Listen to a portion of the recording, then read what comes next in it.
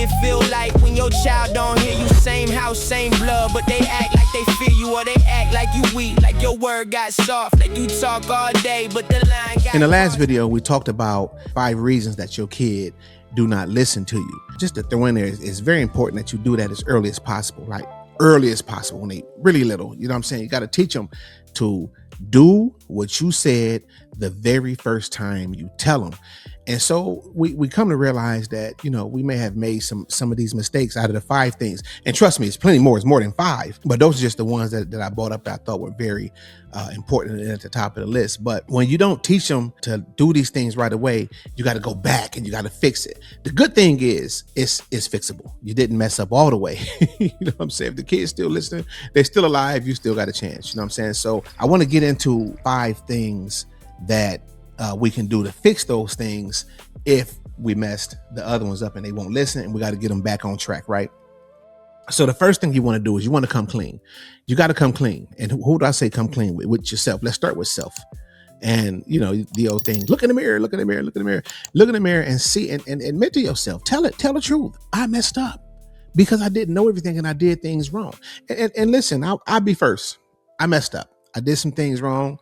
I went about it the wrong way. And the results came out and showed me that this is not the right way to go. So when you question, you know what I'm saying, what's right? Look at the results. When the results ain't resulting, then you know that you headed in the wrong direction. But like I said, the good thing is it's not too late, and we can bring it back and get things together and build them strong relationships with our children. You know what I'm saying? And I got 5 more steps. And the first step is, like I said, come clean with yourself first, and then come clean with your kid. You should apologize to him. You owe him an apology, because at the end of the day, you are leading them down the wrong road. And our job as parents is to lead them in the right direction. You know what I'm saying? To protect them, to love them, you know, be there when they need somebody, be there when they need to talk. You know, look, I try my best to talk to my kid. No, not I try. I don't try. I'm lying. I make sure I talk to my kids every single day. And I'm not just talking about get ready for school, go eat, go wash your clothes, go clean your bedroom. Not that. I'm talking about straight up talking where they can get words out their mouth and really feel good about having a conversation with mommy or daddy. So apologize to them and tell them where you went wrong. And then let them know that you got some new stuff coming up, because it's not things are not going to be the same. So you got to keep them prepared for what's going to happen next. Okay. But apologize to them, tell them you love them, tell them why, and then, you know, see where it goes from there. Okay. So number 2 is just keep things as a matter of fact. This is what it is. This is what I said. I don't have to keep threatening. I don't have to keep screaming, being emotional, fighting, wrestling, spitting, all this different crazy stuff. Just be as a matter of fact. If this happens, that happens. And that's it. Just keep it nice and simple. Keep things nice and simple with little to no emotion, but little to no emotion. Practice. Start there. Little to no emotion. Just, this is what it is. If this happened, that happens. That's it, as a matter of fact. Okay, so number 3 is be completely transparent about the rules. When you say this is what it is, that's what it is. Don't change it up. Don't keep switching up. Don't keep, you know, breaking around it. And you got to make it easy. You know what I'm saying? Let's not get too creative with this. You know what I'm saying? With punishments and all that stuff, because we really don't want to focus on so much punishment, because once you get them in line, there's not a lot of punishment to give. You know what I'm saying? So just keep things real simple. Nothing major to think about. Don't put fear. Don't use fear. Don't use fear. Fear don't work. I'll get into that in another video, but because that's a longer video in itself. But fear does not work. So you want to give like simple rules, lay it down, make it real clear. Even if you got to write it out. You know what I'm saying? Especially when they're younger, just write it out. Write it down and give it to them. I don't like putting them on the wall and stuff, because that just seemed too forceful to me, too demanding, damn, am I in jail or what? You know what I'm saying? So I'm gonna just give it to them, and maybe they can go back and look at it sometime. And on top of that, when there's a situation where, you know, they might say, no, but I thought just put it out and say, no, here it is right here, you know, just nice and calm. And yeah, so this is what it's gonna be. So yeah, like I said, no basketball this week, or no volleyball this week. That's just what it is. You know what I'm saying? Because once you keep it simple, it's easy to understand, and there's not a lot of pressure on it. And that's a lot of times just kids need to get that pressure off and just be able to just be kids. Because at the end of the day, you also do not want to break their spirit. You have to let the kids be who they are to a degree. And I don't mean talking smart and being bad. Just let them feel free. Don't tell them walk like this, sweep like that. Just, teach them how to do things, be patient with them, and just keep it clear. Number 4, I'm telling you now, stay ready, because they're going to try you. No, I'm just kidding. No, this is what's going to happen. So once you change the rules, you've been letting them get away with this, let them get away with that, let them get away with this, let them get away with that. So what's going to happen? They're going to try you, because it is just natural that you test your boundaries. They do not, when you're comfortable with something and things change, and you like how it feel, you like the freedom, now you don't, it's going to switch up on you, and you have to be ready for the test. And how do you handle the test? You don't.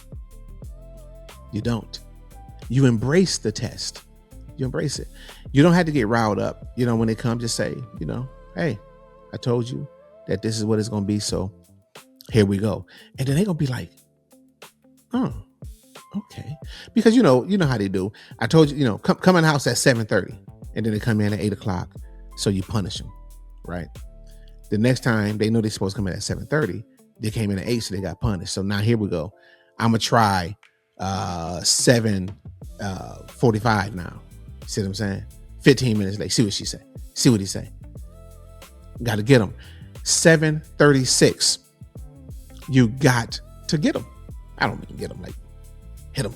I mean, get them like, take away something, or don't give them allowance that week, or whatever it is that you decide to take away or give them.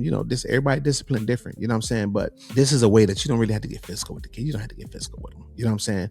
Sometimes you may have to get physical with the kid, but not like this is small stuff. These are things that are easy to fix if you lay it out right. You know what I'm saying? You don't have to go crazy once you lay down a good, solid foundation. So yeah, as soon as when they mess up, you jump right on them, get to enforce it, and embrace the test, because all the test is telling you is that your kid is not a quitter. Your kid wanna look, at the end of the day, kids need to test boundaries. So it's a good thing that they're willing to do that, and they have the audacity to do it. But you're teaching them how to do it responsibly and with you, because look, I tell my kids this all the time. Don't test me. Don't. With certain things that you want to play and little games you want to play with people and all out there. Okay, that's up to you to navigate how far that go. You know what I'm saying? But whatever you do, don't try it with me. Now, if you want to go play your games and all that, I don't suggest you play them little silly games, but I definitely, I'm telling you, don't try it. Don't try it with me. And you set a boundary with them, and that's it. You know what I'm saying? So make it clear. Like I said, make it clear. Stay consistent, and be ready. Be ready for the test, because guaranteed it's coming. Number 5, you have to rebuild the relationship. You have to rebuild the relationship, because basically you have what we call a broken relationship right now, but it ain't all the way snapped. The tree just bending. It ain't gonna snap till it snap, right?